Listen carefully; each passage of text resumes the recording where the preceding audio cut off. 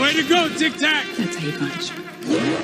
Wakanda forever! Nah, you wouldn't have heard of me. Let me put you on hold. Dance off, bro! He's a friend from work! I can do this all day. Yeah, I know. What up, guys? It's Dom, and Happy New Year, first off. I know that I didn't upload a New Year's special right at New Year's, but it was taking me a while to come up with an idea of what I wanted to do.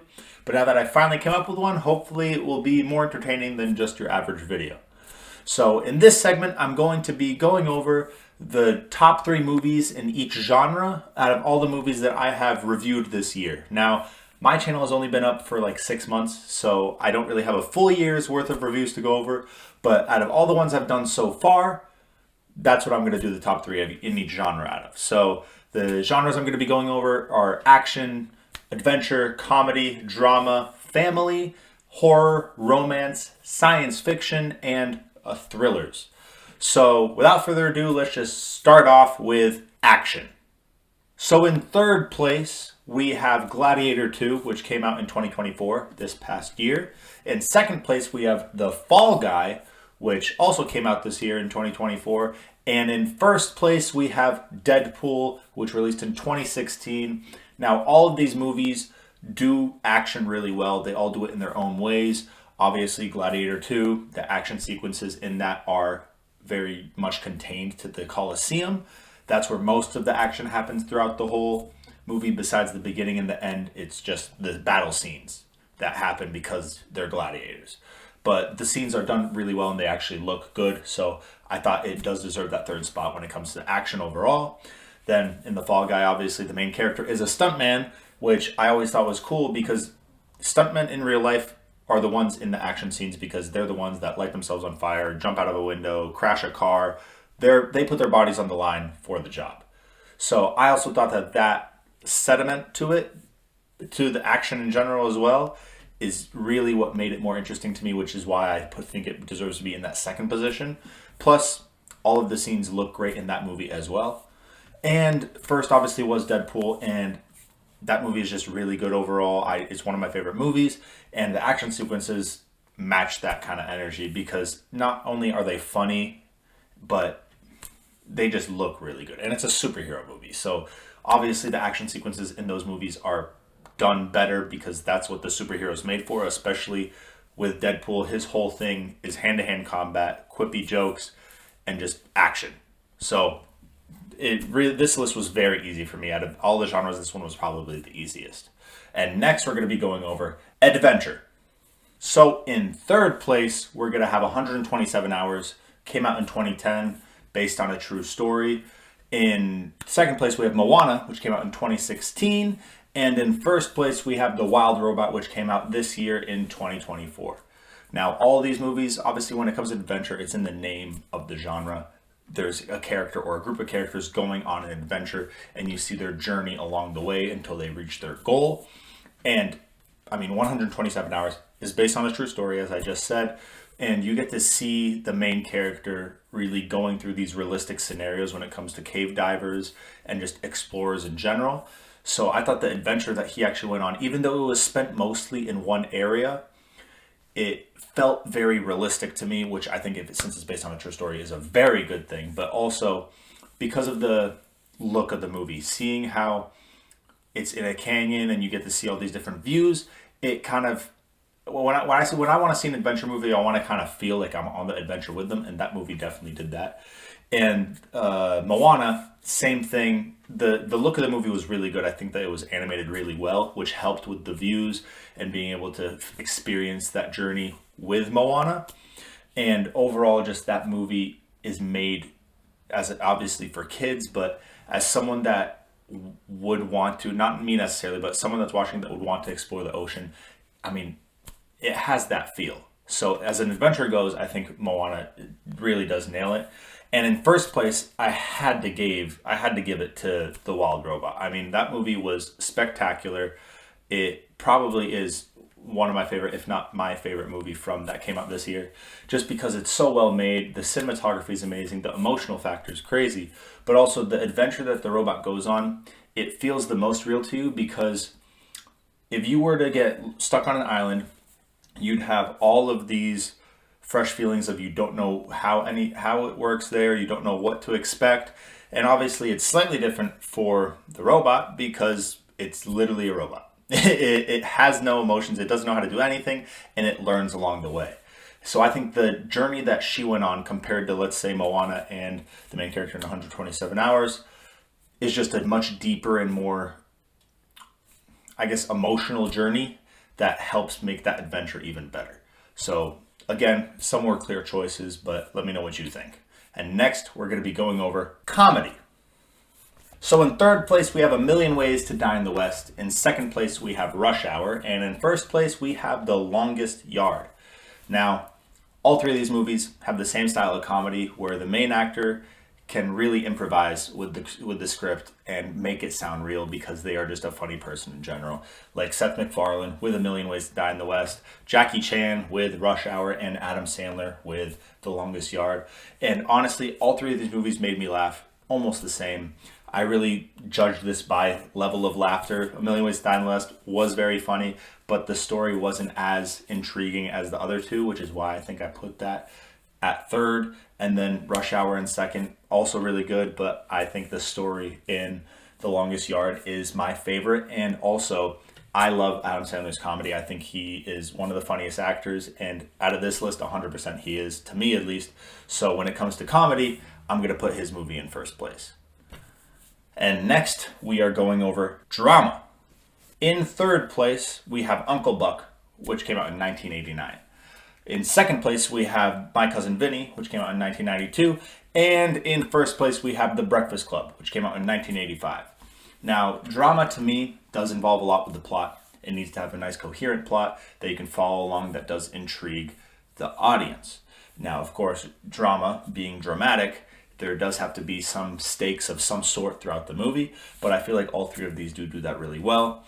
And when it comes to the order of why I picked this, I feel like the story in Uncle Buck is definitely the most lackluster compared to these other two, but it was still very enjoyable to watch. It was also the first to kind of come up with this family drama scenario that he was put into.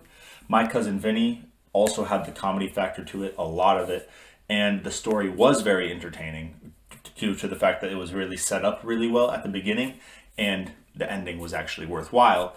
And in The Breakfast Club, the whole movie, just the message it had and the overall feel of the characters, and it made it feel real, it made it feel relatable, and it was put in a situation that's very realistic. It was literally just detention. Me personally, I have been in detention. It didn't feel like that, but it could have felt like that in the 80s. But either way, I feel like I could relate to some of these characters. The thoughts that they had, the topics they discussed, I feel like it's just such a relatable movie. And the story, because of that, was so improved because of that. So I feel like it just deserves that first spot as being the best movie overall out of these three, but also the story being so coherent. And next, we're going to be going over family. So family movies are the kinds that are meant for children. I personally think the best family movies are the ones that you can watch with kids and still enjoy the movie yourself. So my top three, all of them can do that because that's what makes the best family movie in my opinion. At number 3, we have Inside Out 2. At number 2, we have Toy Story. And at number 1, we have Inside Out. Now, obviously, I have both Inside Out and Inside Out 2 on this list. I feel like the second one is at third compared to second or first because the concept isn't as new and inventive as the first one is. Sure, they added embarrassment, anxiety, all these emotions that do add to the world, do make it a more interesting experience, especially with puberty and all that. But Inside Out came up with the fresh idea, everything that's in the mind, the way that dreams work with the movie production, and just how the mind looks in general. I thought when I watched that for the first time, I thought that was the most creative thing I've ever seen in my life. And also, obviously, since it's so nice for children to be able to watch that, and me enjoying it myself as a 20-something-year-old, yeah, it definitely fits the category really well. And when it comes to Toy Story, I think that one's pretty obvious. I don't even think you guys need me to explain it. It is just a classic. It was the first of its kind when it comes to that kind of animation. And yes, it is targeted towards kids, but I found myself enjoying that even now watching it at 22. So all of these movies, fantastic movies for kids and for adults, and that's exactly how family movies should be. And next we're going over horror. So yes, horror movies are meant to be scary, but they do also have to have an interesting story to a point in order to make the stakes high. And I feel like the three of these movies did do it, some better than others, but in third place we have The First Omen, which came out this year. Second place we have Speak No Evil, which came out this year. And first place we have Smile 2, which also came out this year. Three pretty good horror movies that came out in the year of 2024. The First Omen, I wasn't as enjoyed of that entire concept. I've seen it plenty of times before. It wasn't anything new. It didn't do anything for me. It didn't really scare me too much. There were some points, though, that did give me goosebumps. It did jump scare, for example, me, so sure. And out of the pickings I have, it really, it kind of stole that third spot. It could have been way lower if I had more movies, but out of the three of these, it's the one that I'm most disappointed in that it made the top three. In second place, though, I have Speak No Evil. Fantastic movie. I loved it. It did keep me on edge. Now, I would kind of think of this as a thriller more than a horror movie, but when I checked, it was listed as a horror movie, so I added it into this top three.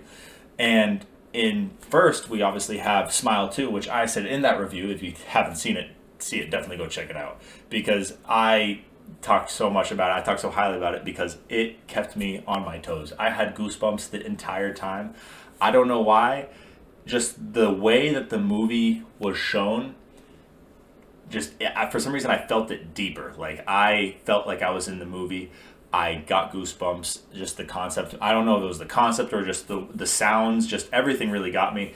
It knew exactly how to make me feel while watching a scary movie. Like I would punch someone in the face if they smiled at me after that movie. I will say that much.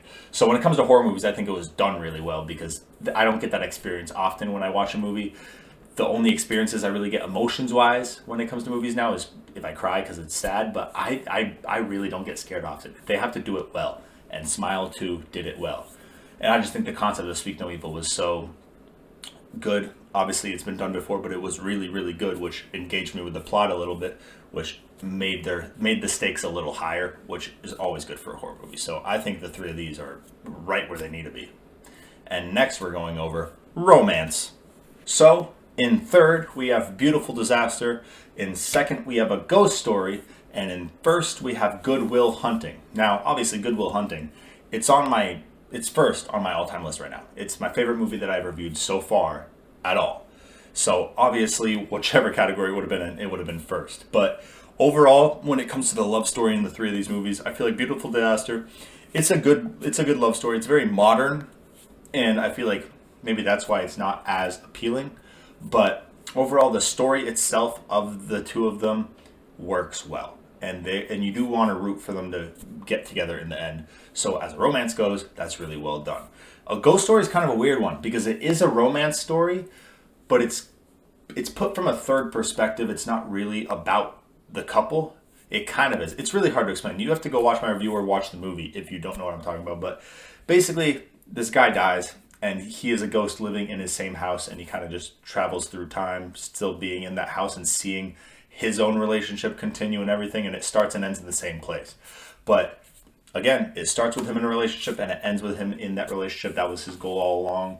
So it makes sense as a romance, and it's actually, the story is way deeper than you'd think going into the movie. So I do have to get it credit for that and take that second spot.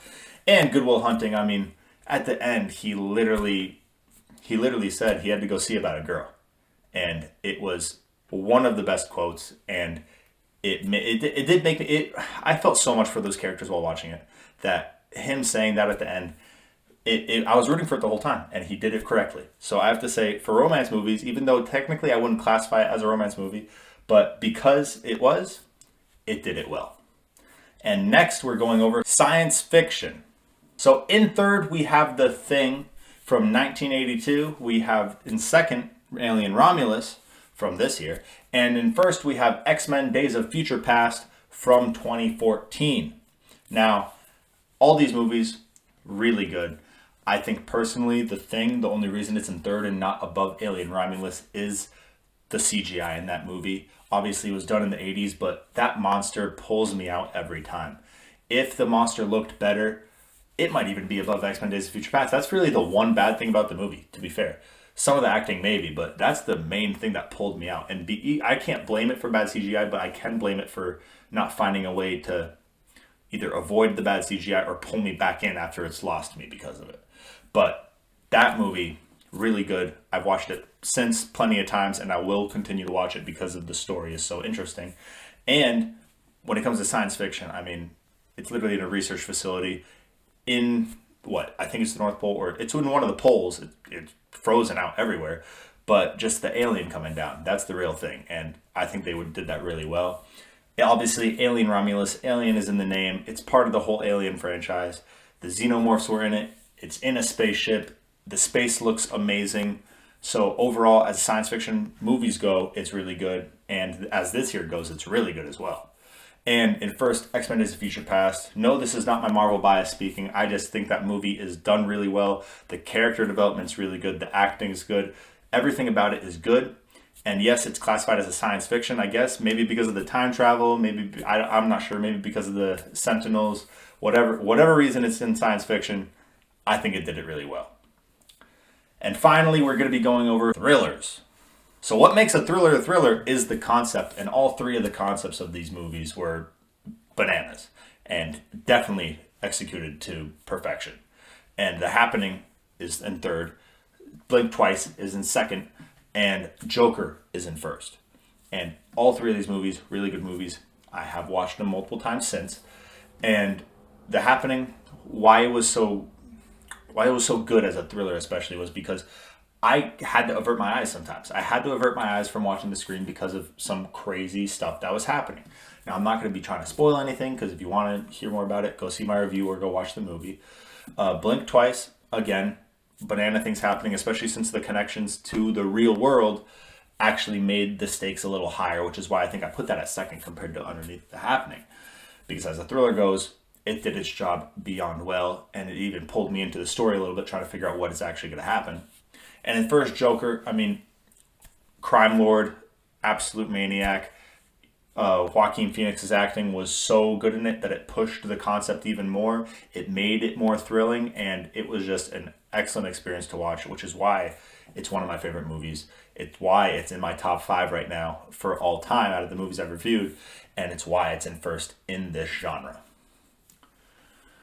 Now, let me know what you guys thought of this kind of format for my New Year's top 3 in each genre. I don't even know what to call it yet. I'll figure it out once I make a title on it. Probably Basso New Year's top 3. I don't know. But let me know what you guys thought of it, because honestly, I had to make so many cuts during this video. I stuttered so much. I just have a problem, especially when it's not a standard movie review where I'm kind of prepared for it. This, I kind of just have the list in front of me, and I'm making it up as I go, and it's my tongue's getting twisted. So let me know what you guys thought, if I should do this next year, or if I should try something else for next year. See, I just stuttered right there. God help me.